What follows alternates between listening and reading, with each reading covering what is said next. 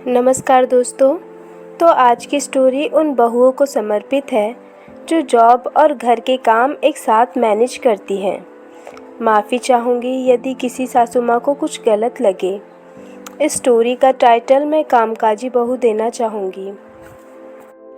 मानवी रसोई में काम कर रही थी, तभी कानों में अम्मा की आवाज़ सुनाई पड़ी।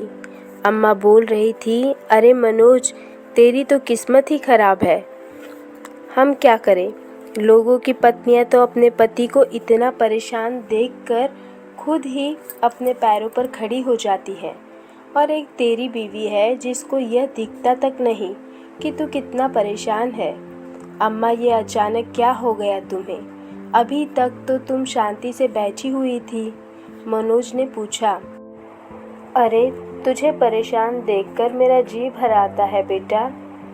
आखिर मैं एक माँ हूँ, मैं इस उम्र में क्या ही कर सकती हूँ। पर एक पति पत्नी का संबंध तो जन्म जन्म का होता है। फिर तुझे परेशान देखकर तेरी पत्नी का दिल क्यों नहीं पसीजता? अम्मा, आप क्या बोलना चाहती हो? साफ साफ बोलो। बात को क्यों घुमा फिरा कर कह रही हो? ऐसा क्या कर दिया मानवी ने अब? अरे, तेरी पत्नी तेरे साथ कंधे से कंधा मिलाकर नहीं चल सकती क्या? देख, तेरी भाभी को कितनी मेहनत करती हैं बेचारी। तेरा भाई राजेश भी कमाता है और साथ ही उसकी पत्नी भी। आज दोनों कितने खुश हैं। उन्होंने अपने बच्चे को कितने बड़े स्कूल में भेजा है, साथ ही घर में नौकर काम करता है। कितने आराम से जिंदगी बीत रही है। कुछ देर रुककर वह बोली, पत्नी तो उसे ही कहते हैं जो पति के कंधे का बोझ बराबर बांट ले। पर तुम अपनी पत्नी को देख लो, इसको घर में रहकर ऐशो आराम से ही फुर्सत नहीं है। जब इसे पता है कि अकेले तुम्हारे कंधे पर कितना बोझ है, तो क्या यह नौकरी नहीं कर सकती? पढ़ी लिखी तो ये भी है, तू भी तो नहीं कहता उसे कुछ। अम्मा, बस भी करो, क्या बोली जा रही हो तुम? और वैसे भी नौकरी करना है या नहीं करना मानवी का डिसीजन है। भला मैं उसे ज़बरदस्ती क्यों कहूँ नौकरी करने के लिए? मैं अभी सक्षम हूँ उसको खिलाने के लिए। वैसे भी अभी तन्मय भी छोटा है, भला उसे छोड़कर वह कहाँ नौकरी करने जाएगी? अरे, काहे का छोटा, 3 साल का हो चुका है। उसका भी तो स्कूल में एडमिशन करवाना है। क्या बड़ी बहू ने बच्चे नहीं किए? खुद देख लो, उसके तो एक नहीं बल्कि 2-2 बच्चे हैं। वह भी तो नौकरी कर रही है। ये सब तो काम न करने के बहाने हैं। सामने रखे जग से ग्लास में पानी उड़ेल कर पीने के बाद उन्होंने फिर बोलना शुरू किया। लोगों के तो जूते घिस जाते हैं नौकरी पाने के लिए। इसे अपने आप नौकरी मिल रही है, लेकिन ऐसा नहीं कि वह इसका फ़ायदा उठाए। दोनों माँ बेटे आपस में बात किए जा रहे थे। मानवी चुपचाप रसोई में खाना बना रही थी और ऐसे रिएक्ट करती रही जैसे उसने कुछ सुना ही ना हो। वह जानती थी कि यह तो दोनों माँ बेटे का रोज की बहस थी। जब से मनोज के ऑफिस में नौकरी के लिए एक जगह बनी है, बस तब से यह मुद्दा उनके घर में हर रोज उठने लगा है। सासू माँ चाहती है कि मानवी ये नौकरी कर ले, पर वो इसके लिए हाँ ही नहीं कर रही थी। आखिर मानवी ऐसा क्यों कर रही थी? मानवी को इस घर में यह सब देखते हुए 5 साल हो चुके थे। बहू की कमाई तो इन लोगों को अच्छी लगती थी, पर कामकाजी बहू की जिम्मेदारियों को बांटना घर में कोई पसंद नहीं करता था। उसकी शादी हुई थी तो घर में अम्मा जी, उनका बड़ा बेटा राजेश और उनकी पत्नी मधु थे। साथ ही उनके 2 जुड़वा बच्चे नेहा और प्रिंस थे। बेटा मनोज छोटा था और पिंकी थोड़ी बड़ी थी। मध्यम वर्गीय परिवार था। बहुत जल्दी ही मानवी को समझ में आ गया था कि मधु की स्थिति घर में अच्छी नहीं थी। वह अक्सर थकी हुई सी रहती थी। मधु एक कामकाजी महिला थी। वह सुबह जल्दी उठकर पूरे घर का काम करती थी। उसके बाद ही वह बाहर अपने काम पर जाती और वापस आकर दोबारा अपने काम पर लग जाती थी। घर में उसकी मदद के नाम पर कोई भी नहीं था। ऐसा भी नहीं था कि घर की स्थिति बिल्कुल गिरी हुई थी। दोनों भाई कमाते थे। अम्मा जी की भी पेंशन आती थी। वे लोग चाहते तो मधु की मदद के लिए कम से कम पार्ट टाइम भी तो मेड रख ही सकते थे, पर वे लोग हमेशा खर्चों का ही रोना रोते रहते थे। हालांकि मानवी के आ जाने से उसकी जेठानी मधु को बड़ा सहयोग मिला था, पर महीने के जिन 3 दिनों में वह रसोई में नहीं जा पाती थी, तो मधु की क्या स्थिति हो जाती यह उसने देखा था। अम्मा जी तो सुबह उठकर अपने नित्य क्रम और पूजा पाठ वगैरह में लग जाती और उसके बाद बैठकर सिर्फ हुक्म बजाती रहती। पिंकी अपनी पढ़ाई का बहाना कर अपने कमरे में जाकर बैठ जाती। दोनों भाई सुबह 7 बजे तक उठते और फिर चाय नाश्ता कर तैयार होकर 8:30 बजे तक अपने ऑफिस रवाना हो जाते। यहाँ तक कि बच्चों को भी कोई स्कूल के लिए भी तैयार नहीं करता। मधु का मायका पास में ही था। स्कूल के बाद ऑटो वाला बच्चों को नानी के घर पर ही छोड़ आता था। नानी ही अपने दोनों नाती नातिन को संभालती। जब मानवी ने इसका कारण पूछा तो मधु ने कहा था कि यहाँ बच्चों को कोई संभाल नहीं पाता, इसलिए ऑटो वाले को मैंने कह रखा है कि दोनों बच्चों को नानी के घर पर ही छोड़ दो। शाम को आते समय मैं ले आऊँगी। नानी दोनों बच्चों का होमवर्क भी करवा देती है, तो मुझे काफ़ी मदद मिल जाती है। इतने काम के बोझ से मधु धीरे धीरे बीमार रहने लगी थी। उस समय मानवी भी प्रेग्नेंट हो गई। प्रेगनेंसी में थोड़े कॉम्प्लिकेशन थे, इसलिए सारे काम का बोझ दोबारा मधु पर आ गया था, पर फिर भी कोई उसकी मदद नहीं करता था। आखिर एक दिन जब वह टूट ही गई तो उन लोगों ने अपना घर अलग कर लिया। उस समय घर तो क्या, रिश्तेदारी में भी उनकी बहुत निंदा हुई थी, पर मानवी उनके लिए बहुत खुश थी। अब जब भी मधु मानवी से मिलती तो वह मानवी से बस यही कहती, मानवी तुम कम से कम दोहरी जिम्मेदारी मत जीना, वरना जिंदगी को ही जी नहीं पाओगी। इन लोगों को पैसा चाहिए, पर जिम्मेदारी लेने को कोई तैयार नहीं। मैंने जो बेवकूफ़ी की, ऐसी बेवकूफ़ी तुम मत करना। क्या फ़ायदा ऐसे नौकर चाकर का, जब मुझे खाने से ज़्यादा दवाइयाँ खानी पड़ती है। मैं तो बेवकूफ़ थी, इसलिए कुछ भी नहीं बोल पाई। मन ही मन कूटती रही। अगर कुछ कहने की कोशिश भी की तो ये लोग मुझे उल्टा 2 बात सुनाते थे और मैं बेवकूफ़ गुस्से में आकर और ज़्यादा काम करने की कोशिश करती थी। इस तरह मैंने अपने शरीर को बीमारियों का घर बना लिया।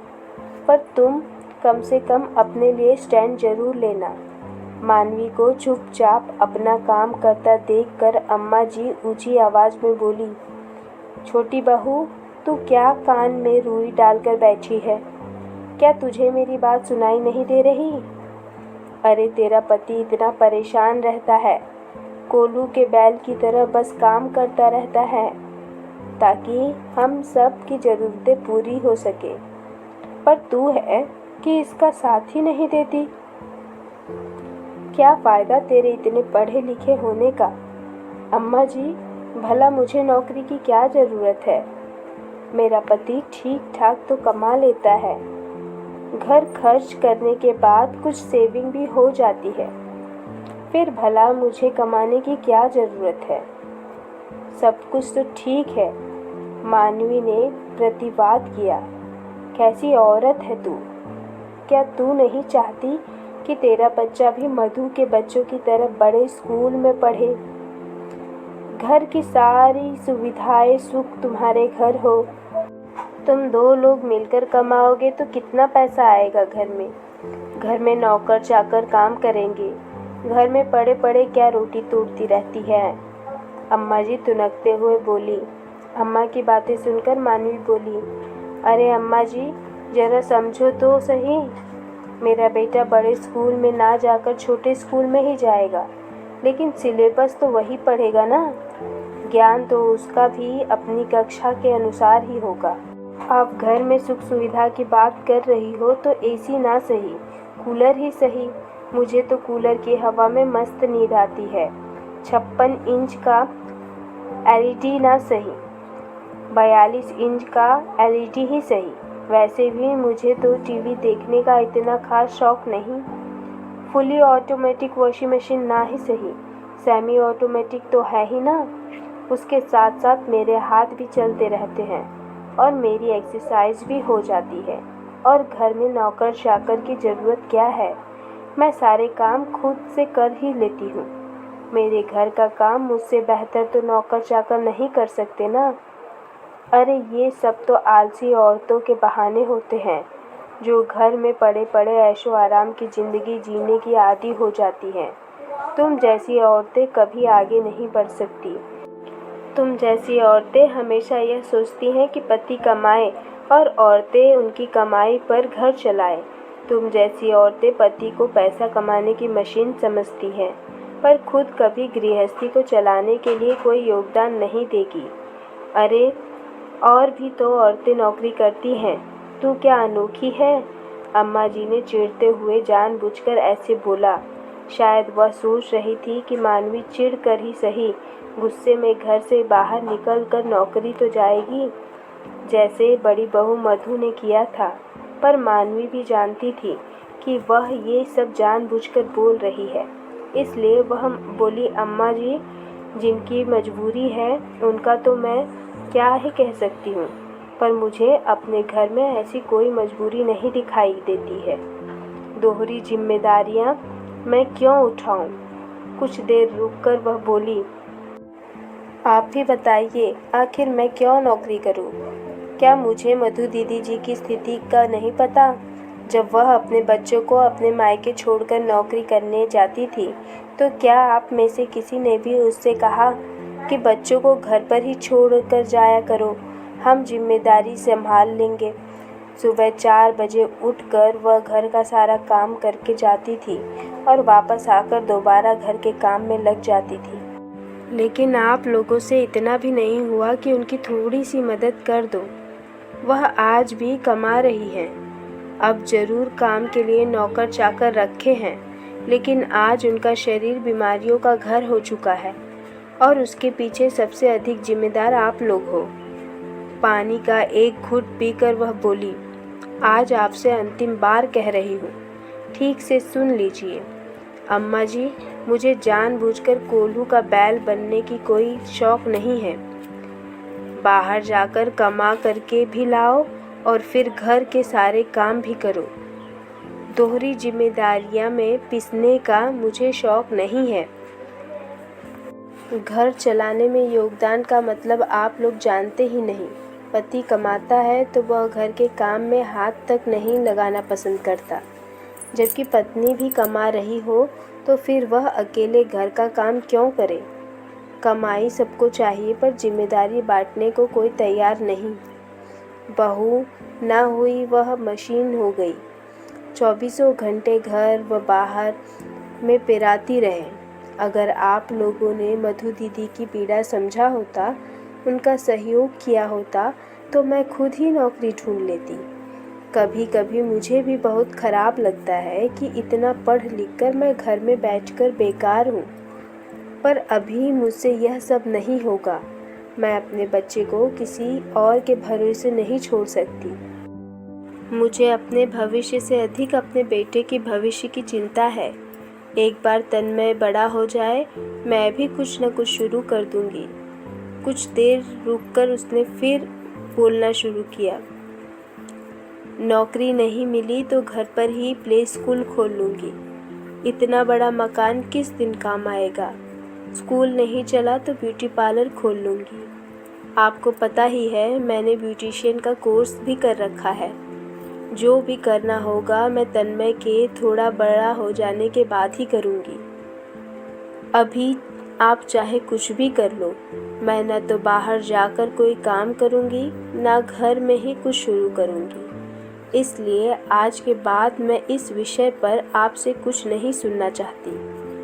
अधिक परेशान किया तो मैं भी मधु दीदी की तरह अपना घर लेकर रहने चली जाऊँगी।